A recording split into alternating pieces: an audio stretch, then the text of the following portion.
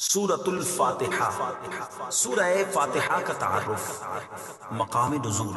اکثر علماء کے نزدیک سورہ فاتحہ مکہ مکرمہ میں نازل ہوئی ہے۔ امام مجاہد رحمۃ اللہ تعالی علیہ فرماتے ہیں سورہ فاتحہ مدینہ منورہ میں نازل ہوئی ہے، اور ایک قول یہ ہے کہ سورہ فاتحہ 2 مرتبہ نازل ہوئی، ایک مرتبہ مکہ مکرمہ میں اور دوسری مرتبہ مدینہ منورہ میں نازل ہوئی ہے۔ آیات، کلمات اور حروف کی تعداد، اس صورت میں ایک رکوع، 7 آیتیں، 27 کلمے اور 140 حروف ہیں۔ سورہ فاتحہ کے اسماء اور ان کی وجہ تسمیہ، اس سورت کے متعدد نام ہیں، اور ناموں کا زیادہ ہونا اس کی فضیلت اور شرف کی دلیل ہے۔ اس کے مشہور 15 نام یہ ہیں۔ نمبر 1، سورہ فاتحہ۔ سورہ فاتحہ سے قرآن پاک کی تلاوت شروع کی جاتی ہے، اور اسی سورت سے قرآن پاک لکھنے کی ابتدا کی جاتی ہے، اس لیے اسے فاتحۃ الکتاب یعنی کتاب کی ابتدا کرنے والی کہتے ہیں۔ نمبر 2، اس سورت کی ابتدا الحمدللہ سے ہوئی، اس مناسبت سے اسے سورۃ الحمد یعنی وہ سورت جس میں اللہ تعالیٰ کی حمد بیان کی گئی ہے کہتے ہیں۔ نمبر 3 اور 4، سورہ فاتحہ قرآن پاک کی اصل ہے، اس بنا پر اسے ام القرآن اور ام الکتاب کہتے ہیں۔ نمبر 5، یہ سورت نماز کی ہر رکعت میں پڑھی جاتی ہے، یا یہ سورت 2 مرتبہ نازل ہوئی ہے، اس وجہ سے اسے السبع المثانی یعنی بار بار پڑھی جانے والی یا ایک سے زائد مرتبہ نازل ہونے والی 7 آیتیں کہا جاتا ہے۔ نمبر 6، 7 اور 8، دین کے بنیادی امور کا جامع ہونے کی وجہ سے سورہ فاتحہ کو سورۃ الکنز، سورۃ الوافیہ اور سورۃ الکافیہ کہتے ہیں۔ نمبر 9 اور 10، شفا کا باعث ہونے کی وجہ سے اسے سورۃ الشفا اور سورۃ الشافیہ کہتے ہیں۔ نمبر 11، 12، 13، 14 اور 15، دعا پر مشتمل ہونے کی وجہ سے اسے سورۃ الدعاء، سورۃ تعلیم المسئلہ، سورۃ السؤال، سورۃ المناجات اور سورۃ التفویض بھی کہا جاتا ہے۔ سورہ فاتحہ کے فضائل، احادیث میں سورت کے بہت سے فضائل بیان کیے گئے، ان میں سے 4 فضائل بیان کرتا ہے۔ نمبر 1، بخاری شریف کی حدیث ہے، حضرت ابو سعید بن معلہ رضی اللہ تعالی عنہ فرماتے ہیں، میں نماز پڑھ رہا تھا تو مجھے نبی کریم صلی اللہ تعالی علیہ وسلم نے بلایا، لیکن میں نے جواب نہ دیا۔ جب نماز سے فارغ ہو کر بارگاہ رسالت صلی اللہ تعالی علیہ وسلم میں حاضر ہوا، میں نے عرض کی، یا رسول اللہ صلی اللہ تعالی علیہ وسلم، میں نماز پڑھ رہا تھا۔ تاجدار رسالت صلی اللہ تعالی علیہ وسلم نے ارشاد فرمایا، کیا اللہ تعالیٰ نے یہ نہیں فرمایا استجیبوا للہ وللرسول اذا دعاکم، اللہ اور اس کے رسول کی بارگاہ میں حاضر ہو جاؤ جب وہ تمہیں بلائیں۔ پھر ارشاد فرمایا، کیا میں تمہیں تمہارے مسجد سے نکلنے سے پہلے قرآن کریم کی سب سے عظیم سورت نہ سکھاؤں؟ پھر آپ علیہ الصلوۃ والسلام نے میرا ہاتھ پکڑ لیا۔ جب ہم نے نکلنے کا ارادہ کیا تو میں نے عرض کی، یا رسول اللہ صلی اللہ تعالی علیہ وسلم، آپ نے فرمایا تھا کہ میں ضرور تمہیں قرآن مجید کی سب سے عظمت والی سورت سکھاؤں گا۔ ارشاد فرمایا، وہ سورت الحمدللہ رب العالمین ہے، یہی 7 مثانی اور قرآن عظیم ہے جو مجھے عطا فرمائی گئی۔ نمبر 2، مسلم شریف کی حدیث ہے، حضرت عبداللہ ابن عباس رضی اللہ تعالی عنہما فرماتے ہیں، ایک فرشتہ آسمان سے نازل ہوا اور اس نے سید المرسلین صلی اللہ تعالی علیہ وسلم کی بارگاہ میں سلام پیش کر کے عرض کی، یا رسول اللہ صلی اللہ تعالی علیہ وسلم، آپ کو ان 2 نوروں کی بشارت ہو جو آپ کے علاوہ اور کسی نبی کو عطا نہیں کیے گئے، اور وہ 2 نور یہ ہیں، نمبر 1 سورہ فاتحہ، نمبر 2 سورہ بقرہ کی آخری آیت، نمبر 3 حضرت ابی بن کعب رضی اللہ تعالی عنہ سے روایت ہے، حضور پر نور صلی اللہ تعالی علیہ وسلم نے ارشاد فرمایا، اللہ تعالیٰ نے تورات اور انجیل میں ام القرآن کی مثل کوئی سورت نازل نہیں فرمائی۔ نمبر 4 حضرت عبد الملک بن عمیر رضی اللہ تعالی عنہ سے روایت ہے، نبی کریم صلی اللہ تعالی علیہ وسلم نے ارشاد فرمایا، سورہ فاتحہ ہر مرض کے لیے شفا ہے۔ سورہ فاتحہ کے مضامین، اس سورت میں یہ مضامین بیان کیے گئے، نمبر 1 اس سورت میں اللہ تعالیٰ کی حمد و ثنا کا بیان ہے، نمبر 2 اللہ تعالیٰ کے رب ہونے، اس کے رحمان اور رحیم ہونے، نیز مخلوق کے مرنے کے بعد دوبارہ زندہ کیے جانے اور قیامت کے دن ان کے اعمال کی جزا ملنے ملنے کا ذکر ہے۔ نمبر 3، صرف اللہ تعالیٰ کی عبادت کا مستحق ہونے اور اس کے حقیقی مددگار ہونے کا تذکرہ ہے۔ نمبر 4، دعا کے آداب کا بیان اور اللہ تعالیٰ سے دین حق اور صراط مستقیم کی طرف ہدایت ملنے، نیک لوگوں کے حال سے موافقت اور گمراہوں سے اجتناب کی دعا مانگنے کی تعلیم ہے۔ یہ چند وہ چیزیں بیان کی گئی ہیں جن کا سورہ فاتحہ میں تفصیلی ذکر ہے۔ البتہ اجمالی طور پر اس سورت میں بے شمار چیزوں کا بیان ہے۔ امیر المومنین حضرت علی المرتضیٰ کرم اللہ تعالی وجہہ الکریم فرماتے ہیں، اگر میں چاہوں تو سورہ فاتحہ کی تفسیر سے 70 اونٹ بھروا دوں۔ اعلیٰ حضرت امام احمد رضا خان علیہ رحمت الرحمان حضرت علی المرتضیٰ کرم اللہ تعالی وجہ الکریم کا یہ قول نقل کرنے کے بعد فرماتے ہیں، ایک اونٹ کئے یعنی کتنے ہی من کا بوجھ اٹھاتا ہے، اور ہر من میں کئے یعنی کتنے ہزار اجزاء ہوتے ہیں۔ ان کا حساب لگایا جائے تو یہ حساب سے تقریباً 25 لاکھ جز بنتے ہیں۔ یہ فقط سورہ فاتحہ کی تفسیر ہے۔ سورہ فاتحہ سے متعلق شرعی مسائل۔ نمبر 1، نماز میں سورہ فاتحہ پڑھنا واجب ہے۔ امام اور تنہا نماز پڑھنے والا اپنی زبان سے سورہ فاتحہ پڑھے گا، جبکہ مقتدی امام کے پیچھے خاموش رہے گا، اور جہری نماز میں اس کی قراءت بھی سنے گا، اور اس کا یہی عمل پڑھنے کے حکم میں ہے۔ اللہ تعالیٰ نے قرآن پاک میں تلاوت کے وقت مقتدی کو خاموش رہنے اور قراءت سننے کا حکم دیتے ہوئے ارشاد فرمایا، وَإِذَا قُرِئَ الْقُرْآنُ فَاسْتَمِعُوا لَهُ وَأَنصِتُوا لَعَلَّكُمْ تُرْحَمُونَ۔ ترجمہ، اور جب قرآن پڑھا جائے تو اسے غور سے سنو اور خاموش رہو تاکہ تم پر رحم کیا جائے۔ اور حضرت ابو موسیٰ اشعری رضی اللہ تعالیٰ عنہ سے روایت ہے، حضور اقدس صلی اللہ تعالیٰ علیہ وسلم نے ارشاد فرمایا، جب امام قراءت کرے تو تم خاموش رہو۔ ابن ماجہ کی ایک اور حدیث ہے، حضرت جابر بن عبداللہ رضی اللہ تعالیٰ عنہ سے روایت ہے، نبی کریم صلی اللہ تعالیٰ علیہ وسلم نے ارشاد فرمایا، جس شخص کا کوئی امام ہو تو امام کا پڑھنا ہی مقتدی کا پڑھنا ہے۔ ان کے علاوہ اور بہت سی احادیث میں امام کے پیچھے مقتدی کے خاموش رہنے کے بارے میں بیان کیا گیا ہے۔ امام اعظم کا مناظرہ۔ امام فخر الدین رازی رحمۃ اللہ تعالی فرماتے ہیں، مدینہ منورہ کے چند علماء امام ابو حنیفہ رضی اللہ تعالیٰ عنہ کے پاس اس غرض سے آئے کہ وہ امام کے پیچھے مقتدی کی قراءت کرنے کے معاملے میں ان سے مناظرہ کریں۔ امام ابو حنیفہ رضی اللہ تعالیٰ عنہ نے ان سے فرمایا، سب سے مناظرہ کرنا میرے لیے ممکن نہیں، آپ ایسا کریں کہ مناظرے کا معاملہ اس کے سپرد کر دیں جو آپ سب سے زیادہ علم والا ہے، تاکہ میں اس کے ساتھ مناظرہ کروں۔ انہوں نے ایک عالم کی طرف اشارہ کیا تو امام ابو حنیفہ رضی اللہ تعالیٰ عنہ نے فرمایا، کیا یہ تم سب سے زیادہ علم والا ہے؟ انہوں نے جواب دیا، ہاں۔ امام ابو حنیفہ رضی اللہ تعالیٰ عنہ نے فرمایا، کیا میرا اس کے ساتھ مناظرہ کرنا تم سب کے ساتھ مناظرہ کرنے کی طرح ہے؟ انہوں نے کہا ہاں۔ امام ابو حنیفہ رضی اللہ تعالیٰ عنہ نے فرمایا، اس کے خلاف جو دلیل قائم ہوگی وہ گویا کہ تمہارے خلاف قائم ہوگی؟ انہوں نے جواب دیا ہاں۔ امام ابو حنیفہ رضی اللہ تعالیٰ عنہ نے فرمایا، اگر میں اس کے ساتھ مناظرہ کروں اور دلیل میں اس پر غالب آ جاؤں تو وہ دلیل تم پر بھی لازم ہوگی؟ انہوں نے کہا ہاں۔ امام ابو حنیفہ رضی اللہ تعالیٰ عنہ نے دریافت کیا، وہ دلیل تم پر کیسے لازم ہوگی؟ انہوں نے جواب دیا، اس لیے کہ ہم اسے اپنا امام بنانے پر راضی ہیں تو اس کی بات ہماری بات ہوگی۔ امام ابو حنیفہ رضی اللہ تعالیٰ عنہ نے فرمایا، ہم بھی تو یہی کہتے ہیں کہ جب ہم نے ایک شخص کو نماز میں اپنا امام مان لیا، اس کا قراءت کرنا ہمارا قراءت کرنا ہے اور وہ ہماری طرف سے نائب ہے۔ امام ابو حنیفہ رضی اللہ تعالیٰ عنہ کی یہ بات سن کر سب نے اقرار کر لیا کہ امام کے پیچھے مقتدی قراءت نہیں کرے گا۔ نمبر 2، نماز جنازہ میں خاص دعا یاد نہ ہو تو دعا کی نیت سے سورہ فاتحہ پڑھنا جائز ہے، جبکہ قراءت کی نیت سے پڑھنا جائز نہیں۔ بسم اللہ الرحمن الرحیم۔ ترجمہ، اللہ کے نام سے شروع جو نہایت مہربان رحمت والا ہے۔ بسم اللہ، اللہ کے نام سے شروع۔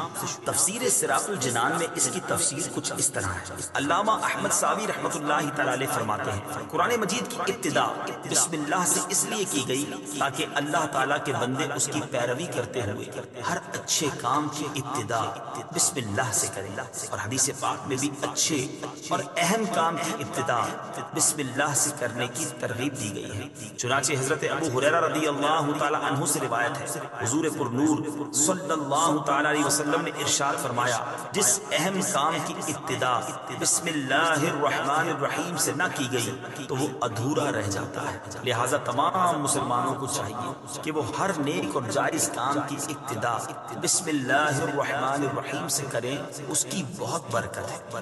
الرحمن الرحیم، جو بہت مہربان رحمت والا ہے۔ امام فخر الدین رازی رحمت اللہ تعالی علیہ فرماتے ہیں اللہ تعالیٰ نے اپنی ذات کو رحمان اور رحیم فرمایا تو یہ اس کی شان سے بعید ہے کہ وہ رحم نہ فرمائے۔ مروی ہے کہ ایک سائل نے بلند دروازے کے پاس کھڑے ہو کر کچھ مانگا تو اسے تھوڑا سا دے دیا گیا۔ دوسرے دن وہ ایک کلاڑا لے کر آیا اور دروازے کو توڑنا شروع کر دیا۔ اس سے کہا گیا کہ تو ایسا کیوں کر رہا ہے؟ اس نے جواب دیا، تو دروازے کو اپنی عطا کے لائق کر یا اپنی عطا کو دروازے کے لائق بنا۔ اے ہمارے اللہ عز و جل، رحمت کے سمندروں کو تیری رحمت سے وہ نسبت ہے جو ایک چھوٹے سے ذرے کو تیرے عرش سے نسبت ہے، اور تو نے اپنی کتاب کی ابتدا میں اپنے بندوں پر اپنی رحمت کی صفت بیان کی، اس لیے ہمیں اپنی رحمت اور فضل سے محروم نہ رہنا۔ بسم اللہ سے متعلق چند شرعی مسائل۔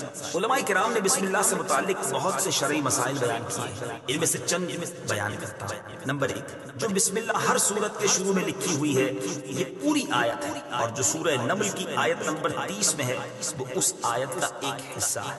نمبر 2، بسم اللہ ہر سورت کے شروع کی آیت نہیں ہے بلکہ پورے قرآن کی ایک آیت ہے، جسے ہر سورت کے شروع میں لکھ دیا گیا تاکہ دو سورتوں کے درمیان فاصلہ ہو جائے۔ اسی لیے سورت کے اوپر امتیازی شان میں بسم اللہ لکھی جاتی ہے، آیات کی طرح ملا کر نہیں لکھتے، اور امام جہری نمازوں میں بسم اللہ آواز سے نہیں پڑھتا۔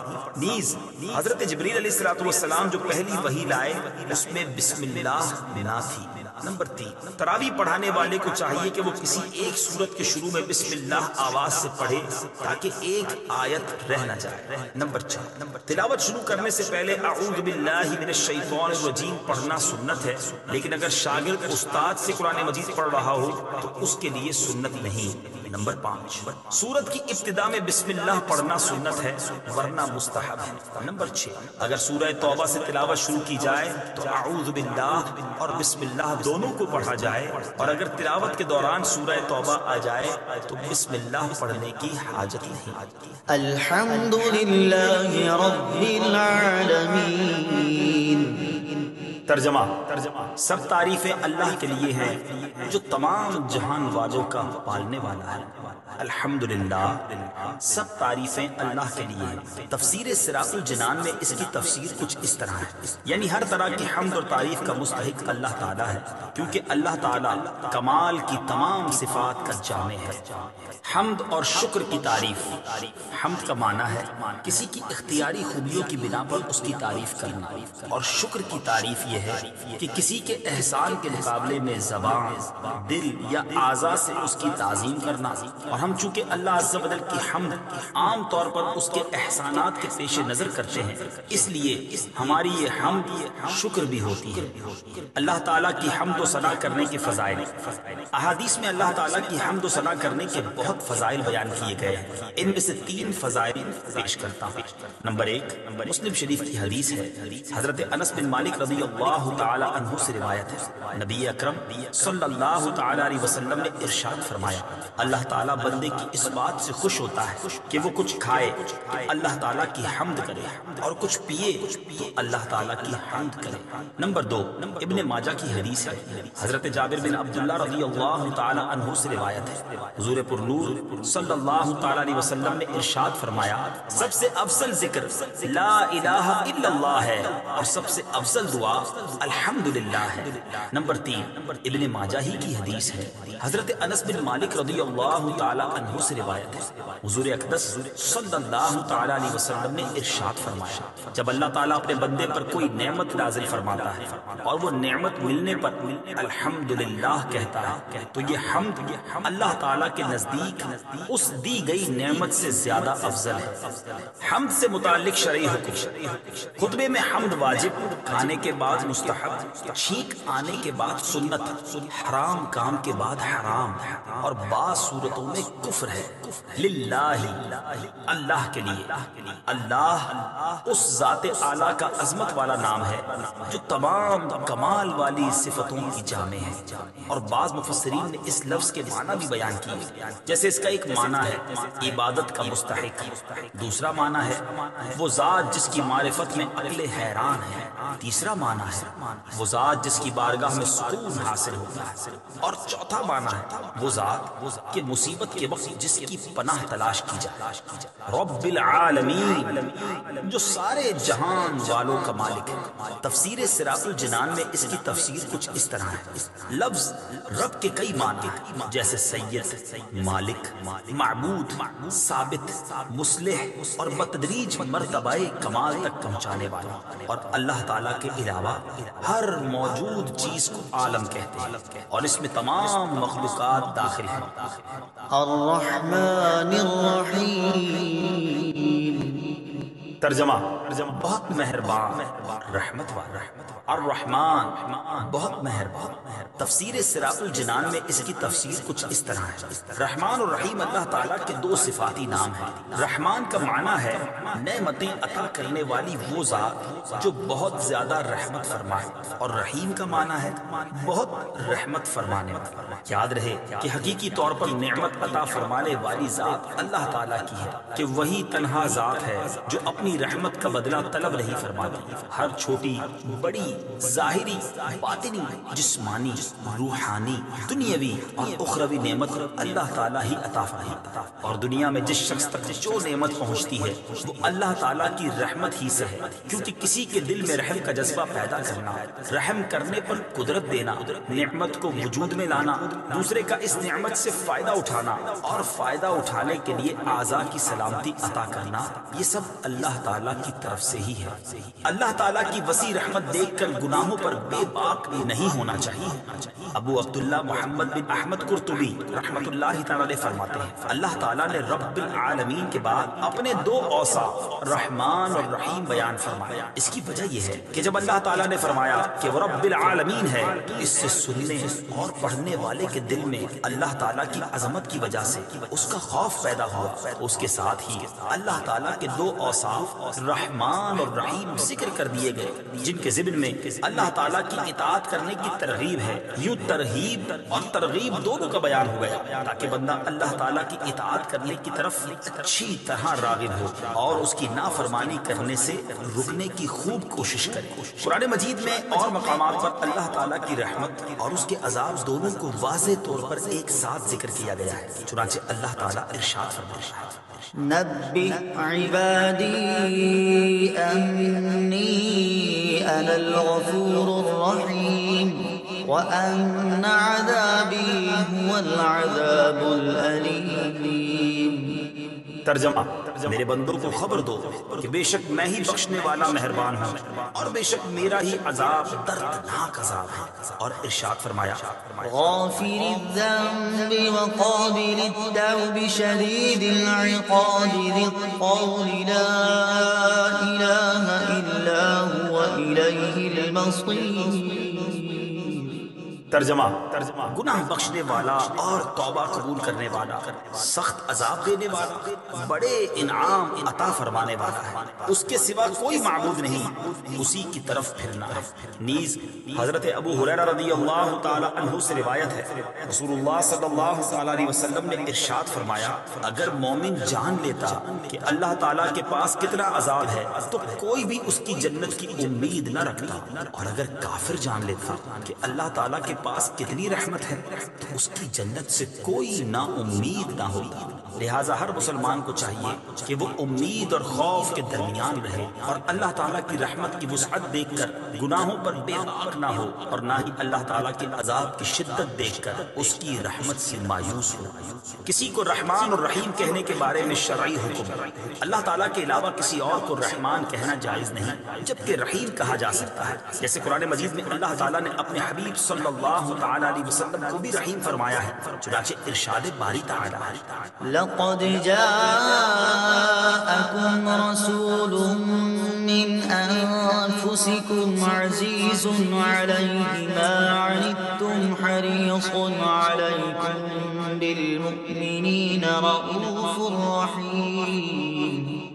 ترجمہ، بے شک تمہارے پاس تم میں سے وہ عظیم رسول تشریف لے آئے جن پر تمہارا مشقت میں پڑنا بہت بھاری گزرتا ہے، وہ تمہاری بھلائی کے نہایت چاہنے والے، مسلمانوں پر بہت مہربان، رحمت فرمانے والے ہیں۔ مالک یوم الدین۔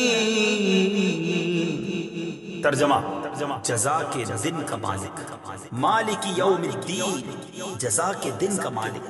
تفسیر صراط الجنان میں اس کی تفسیر کچھ اس طرح ہے، جزا کے دن سے مراد قیامت کا دن ہے کہ اس دن نیک اعمال کرنے والے مسلمانوں کو ثواب ملے گا اور گناہ گاروں اور کافروں کو سزا ملے گی، جبکہ مالک اسے کہتے ہیں جو اپنی ملکیت میں موجود چیزوں میں جیسے چاہے تصرف کرے۔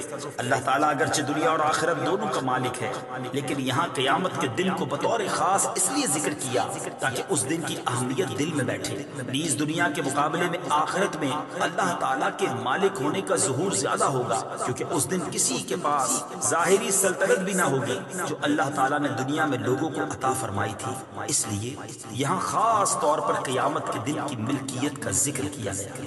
ایاک نعبد و ایاک نستعین۔ ترجمہ، ہم تیری ہی عبادت کرتے ہیں اور تجھ ہی سے مدد چاہتے ہیں۔ ایاک نعبد و ایاک نستعین، ہم تیری ہی عبادت کرتے ہیں اور تجھ ہی سے مدد چاہتے ہیں۔ تفسیر صراط الجنان میں اس کی تفسیر کچھ اس طرح ہے، اس سے پہلی آیات میں بیان ہوا کہ ہر طرح کی حمد و ثنا کا حقیقی مستحق اللہ تعالیٰ ہے، جو کہ سب جہانوں کا پالنے والا، بہت مہربان اور رحم فرمانے والا۔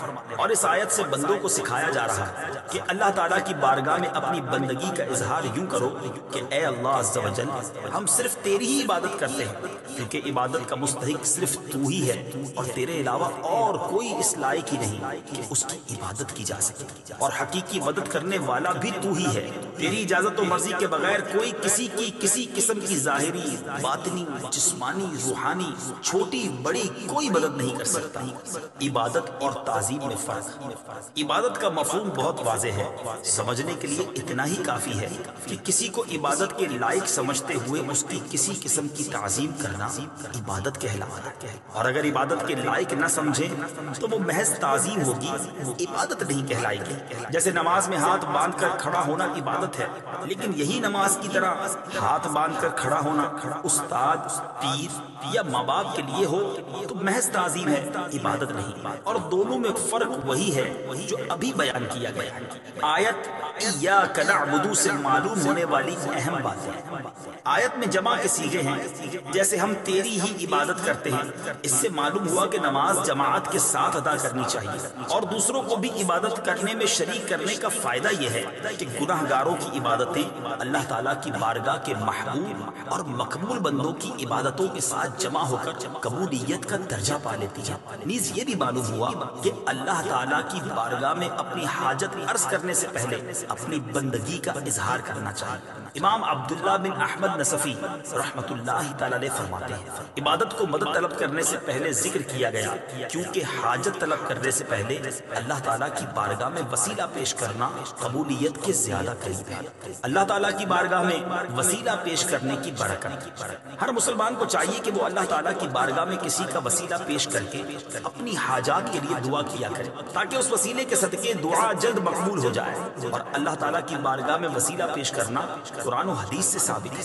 چنانچہ وسیلے کے بارے میں اللہ تعالیٰ ارشاد فرماتا ہے، یا ایھا الذین آمنوا اتقوا اللہ وابتغوا الیہ الوسیلہ ترجمہ: اے ایمان والو، اللہ سے ڈرو اور اس کی طرف وسیلہ ڈھونڈو۔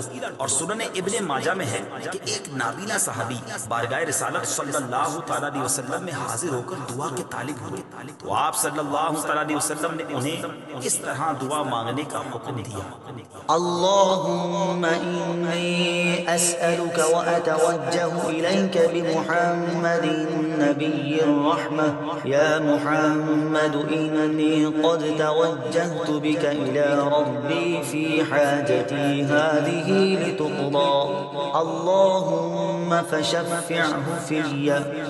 اے اللہ عز و جل، میں تجھ سے سوال کرتا ہوں اور تیری طرف نبی رحمت حضرت محمد صلی اللہ تعالیٰ علیہ وسلم کے ساتھ متوجہ ہوتا.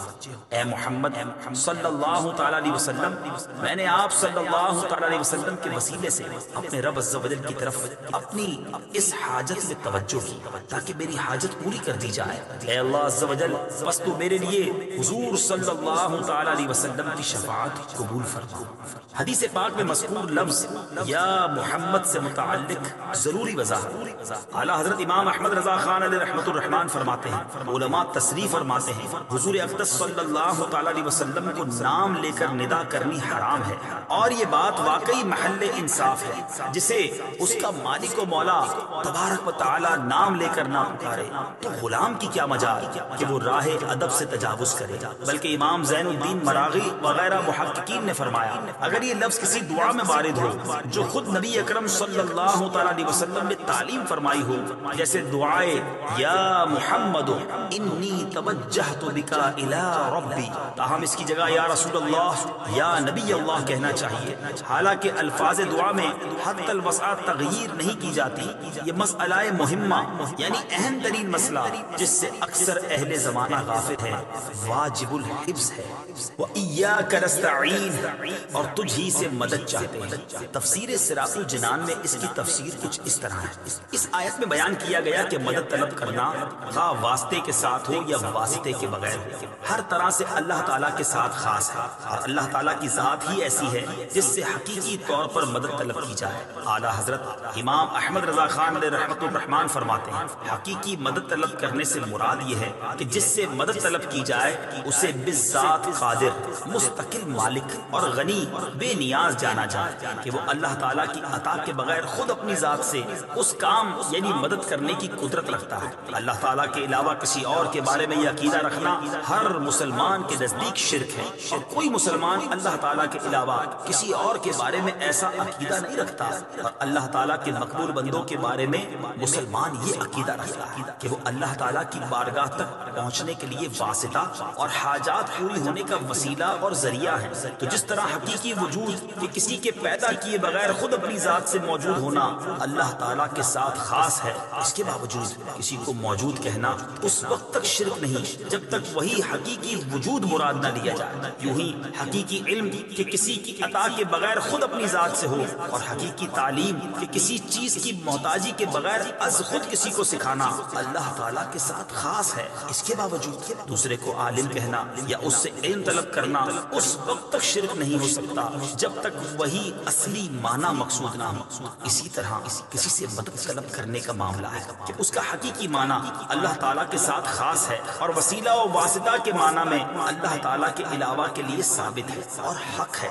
بلکہ یہ معنی تو غیر خدا ہی کے لیے خاص ہیں، کیونکہ اللہ تعالیٰ وسیلہ اور واسطہ بننے سے پاک ہے. اس سے اوپر کون ہے کہ یہ اس کی طرف وسیلہ ہوگا، اور اس کے سوا حقیقی حاجت روا کون ہے کہ یہ بیچ میں واسطہ بنے گا. بد مذہبوں کی طرف سے ہونے والا ایک اعتراض ذکر کر کے اس کے جواب میں فرماتے ہیں کہ یہ نہیں ہو سکتا کہ خدا سے توسل کر کے اسے کسی کے یہاں وسیلہ اور ذریعہ بنایا جائے. اس وسیلہ بننے کو ہم اولیاء کرام سے مانگتے ہیں کہ وہ دربار الہی میں ہمارا وسیلہ، ذریعہ اور قضائے حاجات کا واسطہ ہو جائیں. اس بے وقوفی کے سوال کا جواب اللہ تعالیٰ نے اس آیت کریمہ میں دیا ہے. ولو أنهم إذ ظلموا أنفسهم جاءوك فاستغفروا الله واستغفر لهم الرسول لوجدوا الله توابا رحيما. ترجمہ. اور جب وہ اپنی جانوں پر ظلم یعنی گناہ کر کے تیرے پاس حاضر ہوں اور اللہ سے معافی چاہیں اور معافی مانگیں ان کے لیے رسول، تو بے شک اللہ کو توبہ قبول کرنے والا مہربان پائیں گے. کیا اللہ تعالیٰ اپنے آپ نہیں بخش سکتا تھا؟ پھر کیوں یہ فرمایا کہ اے نبی تیرے پاس حاضر ہوں اور تو اللہ سے ان کی بخشش چاہے تو یہ دولت و نعمت پائیں؟ یہی ہمارا مطلب ہے جو قرآن کی آیت صاف فرما رہی ہے. زیر تفسیر آیت کریمہ کے بارے میں مزید تفصیل جاننے کے لیے فتاوی رضویہ کی 21ویں جلد میں موجود اعلیٰ حضرت امام احمد رضا خان علیہ رحمت الرحمان کا رسالہ برکات الامداد لأہل الاستمداد یعنی مدد طلب کرنے والوں کے لیے امداد کی برکتیں، اس کا مطالعہ فرمایا. اللہ تعالیٰ کی عطا سے بندوں کا مدد کرنا اللہ تعالیٰ ہی کا مدد کرنا ہوتا ہے. یاد رہے کہ اللہ تعالیٰ اپنے بندوں کو دوسروں کی مدد کرنے کا اختیار دیتا ہے اور اس اختیار کی بنا پر ان بندوں کا مدد کرنا اللہ تعالیٰ ہی کا مدد کرنا ہوتا ہے.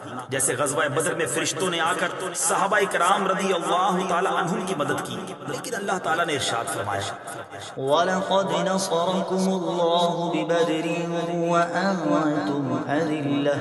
ترجمہ. اور بے شک اللہ نے بدر میں تمہاری مدد کی جب تم بالکل بے سر و سامان تھے. یہاں فرشتوں کی مدد کو اللہ تعالیٰ کی مدد کہا گیا. اس کی وجہ یہی ہے کہ فرشتوں کو مدد کرنے کا اختیار اللہ تعالیٰ کے دینے سے ہے، تو حقیقتاً یہ اللہ تعالیٰ ہی کی مدد ہوئی. یہی معاملہ انبیاء کرام علیہ الصلوۃ والسلام اور اولیاء اعظام رحمۃ اللہ تعالیٰ علیہم کا ہے کہ وہ اللہ عز و جل کی عطا سے مدد کرتے ہیں اور حقیقتاً وہ مدد اللہ تعالیٰ کی ہوتی ہے. جیسے حضرت سلیمان علیہ نبینا علیہ الصلوۃ والسلام نے اپنے وزیر حضرت آصف بن برخیہ رضی اللہ تعالیٰ عنہ سے تخت لانے کا فرمایا اور انہوں نے پلک جھپکنے میں تخت حاضر کر دیا. اس پر انہوں نے فرمایا ھذا من فضل ربی، یہ میرے رب کے فضل سے ہے. اور تاجدار رسالت صلی اللہ تعالیٰ علیہ وسلم کی سیرت مبارکہ میں مدد کرنے کی تو اتنی مثالیں موجود ہیں کہ اگر سب جمع کی جائیں تو ایک ضخیم کتاب مرتب ہو سکتی ہے. ان میں سے چند مثالیں یہ ہیں. نمبر 1 صحیح بخاری میں ہے، نبی کریم علیہ الصلوۃ والسلام نے تھوڑے سے کھانے سے پورے لشکر کو سیر کیا. نمبر 2 بخاری شریف ہی میں ہے، آپ صلی اللہ تعالیٰ علیہ وسلم نے دودھ کے ایک پیالے سے 70 صحابہ کو سیراب کر دیا. نمبر 3 یہ بھی بخاری شریف میں ہے، انگلیوں سے پانی کے چشمے جاری کر کے 1400 یا اس سے بھی زائد افراد کو سیراب کر دیا. نمبر 4 لعاب دہن سے بہت سے لوگوں کو شفا عطا فرمایا. اور یہ تمام مددیں چونکہ اللہ تعالیٰ کی عطا کردہ طاقت سے تھی، لہٰذا سب اللہ تعالیٰ کی ہی مددیں ہیں. اس بارے میں مزید تفصیل کے لیے فتاوی رضویہ کی 30ویں جلد میں موجود اعلیٰ حضرت امام اہل سنت مولانا شاہ امام احمد رضا خان علیہ رحمت الرحمان کے رسالے الامن والعلا لناعت المصطفیٰ بدافع البلاء یعنی نعت مصطفیٰ صلی اللہ تعالیٰ علیہ وسلم بیان کرنے والوں کے لیے انعامات کا مطالعہ فرمائے. اهدنا الصراط المستقيم. ترجمہ. ہمیں سیدھے راستے پر چلا.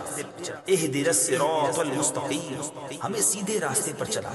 تفسیر صراط الجنان میں اس کی تفسیر کچھ اس طرح ہے: اللہ تعالیٰ کی ذات و صفات کی معرفت کے بعد اس کی عبادت اور حقیقی مددگار ہونے کا ذکر کیا گیا. اور اب یہاں سے ایک دعا سکھائی جا رہی ہے کہ بندہ یوں عرض کرے: اے اللہ عز و جل، تو نے اپنی توفیق سے ہمیں سیدھا راستہ دکھا دیا، اب ہماری اس راستے کی طرف ہدایت میں اضافہ فرما اور ہمیں اس پر ثابت قدم رکھ. صراط مستقیم کا معنی، صراط مستقیم سے مراد عقائد کا سیدھا راستہ ہے جس پر تمام انبیاء کرام علیہ الصلوۃ والسلام چلے. اس سے مراد اسلام کا سیدھا راستہ ہے جس پر صحابہ کرام رضی اللہ تعالیٰ عنہم، بزرگان دین اور اولیاء اعظام رحمت اللہ تعالیٰ علیہم چلے، جیسا کہ اگلی آیت میں موجود بھی ہے. اور یہ راستہ اہل سنت کا ہے کہ آج تک اولیاء کرام صرف اسی مسلک اہل سنت میں گزرے ہیں اور اللہ تعالیٰ نے انہی کے راستے پر چلنے اور انہی کے ساتھ ہونے کا فرمایا ہے.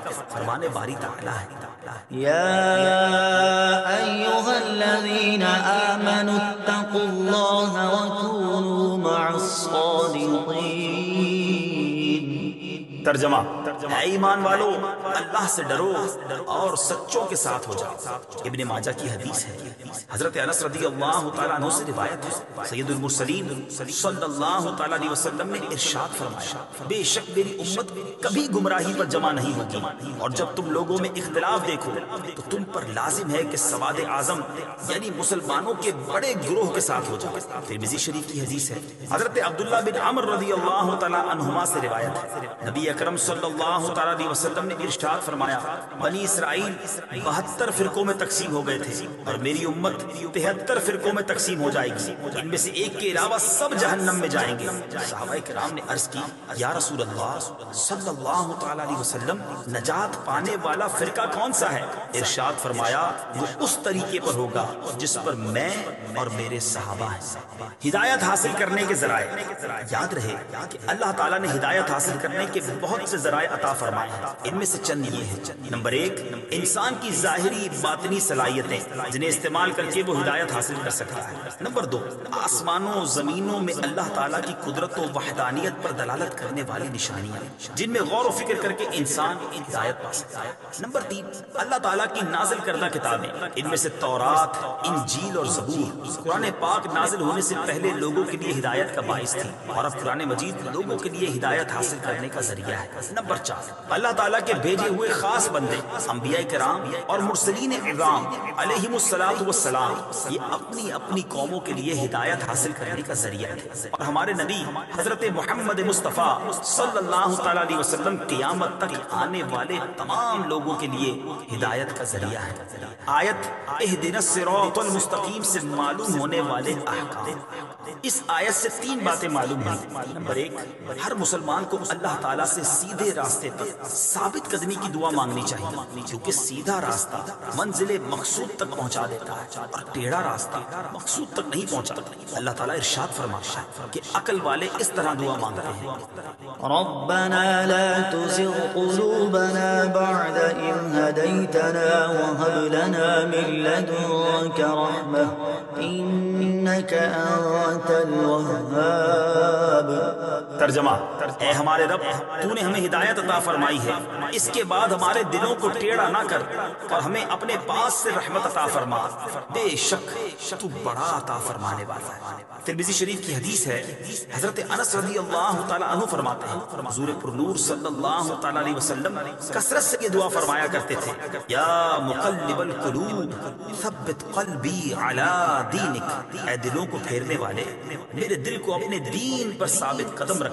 تو میں نے عرض کی، یا رسول اللہ صلی اللہ تعالیٰ علیہ وسلم، ہم آپ پر اور جو کچھ آپ لائے ہیں اس پر ایمان رکھتے ہیں، تو کیا آپ کو ہمارے بارے میں کوئی خوف ہے؟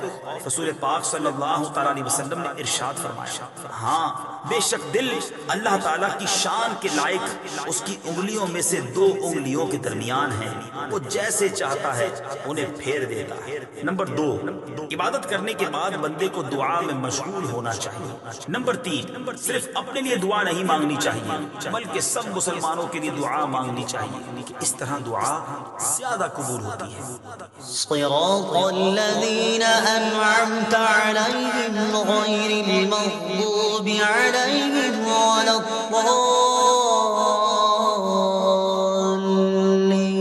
الضالين۔ ترجمہ، ان لوگوں کا راستہ جن پر تو نے احسان کیا، نہ کہ ان کا راستہ جن پر غضب ہوا اور نہ بہکے ہوئوں کا۔ صراط الذین انعمت علیہم، ان لوگوں کا راستہ جن پر تو نے احسان کیا۔ تفسیر صراط الجنان میں اس کی تفسیر کچھ اس طرح ہے، یہ جملہ اس سے پہلی آیت کی تفسیر ہے کہ صراط مستقیم سے مراد ان لوگوں کا راستہ ہے جن پر اللہ تعالیٰ نے احسان و انعام فرمایا، اور جن لوگوں پر اللہ تعالیٰ نے اپنا فضل و احسان فرمایا ہے ان کے بارے میں ارشاد فرماتا ہے، ومن يطع الله والرسول فأولئك مع الذين أنعم الله عليهم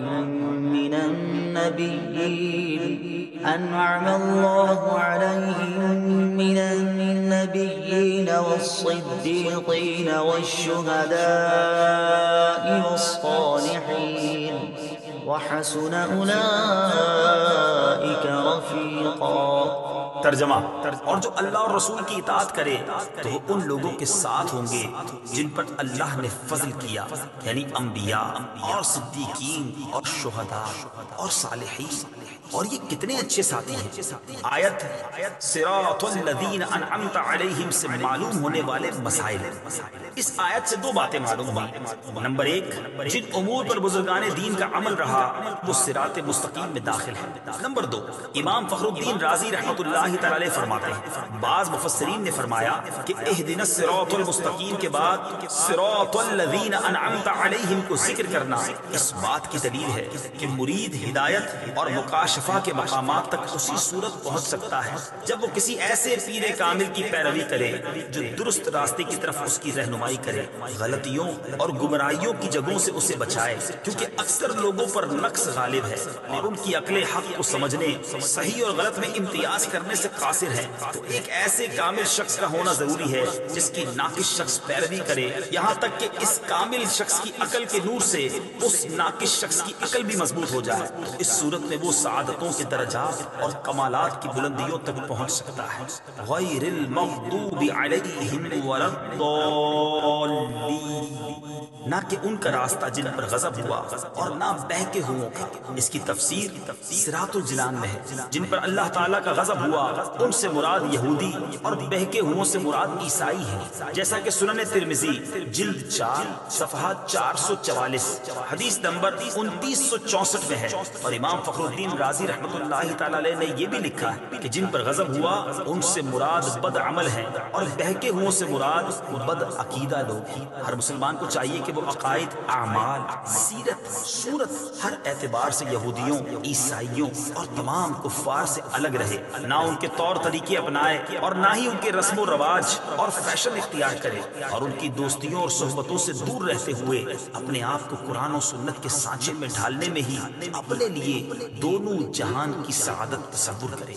آیت ولدالین سے متعلق شرعی مسئلہ۔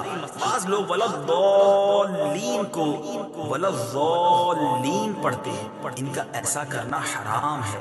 اعلیٰ حضرت امام احمد رضا خان علیہ الرحمۃ الرحمان فرماتے ہیں، ضاد، ظا، ذال، زا سب حروف متباینہ متغائرہ، یعنی ایک دوسرے سے جدا جدا حروف ہیں۔ ان میں سے کسی کو دوسرے سے تلاوت قرآن میں قصدن بدلنا، اس کی جگہ اسے پڑھنا، نماز میں ہو خواہ بیرون نماز، حرام قطعی و گناہ عظیم، افتراء علی اللہ و تحریف کتاب کریم ہے۔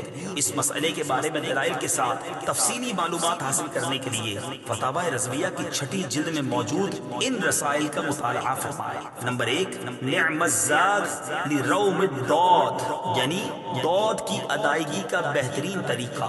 نمبر 2، الجام الصاد عن سنن الضاد، ضاد کی ادائیگی کے غلط اور صحیح طریقوں کا بیان۔ آمین، اس کا ایک معنی ہے اے اللہ عز و جل تو قبول فرما، دوسرا معنی ہے اے اللہ عز و جل تو ایسا ہی فرما۔ آمین سے متعلق شرعی مسائل۔ نمبر 1، یہ قرآن مجید کا کلمہ نہیں ہے۔ نمبر 2، نماز کے اندر اور نماز سے باہر جب بھی سورہ فاتحہ ختم کی جائے تو اس کے بعد آمین کہنا سنت ہے۔ نمبر 3، احناف کے نزدیک نماز میں آمین بلند آواز سے نہیں بلکہ آہستہ کہی جائے گی۔ صدق اللہ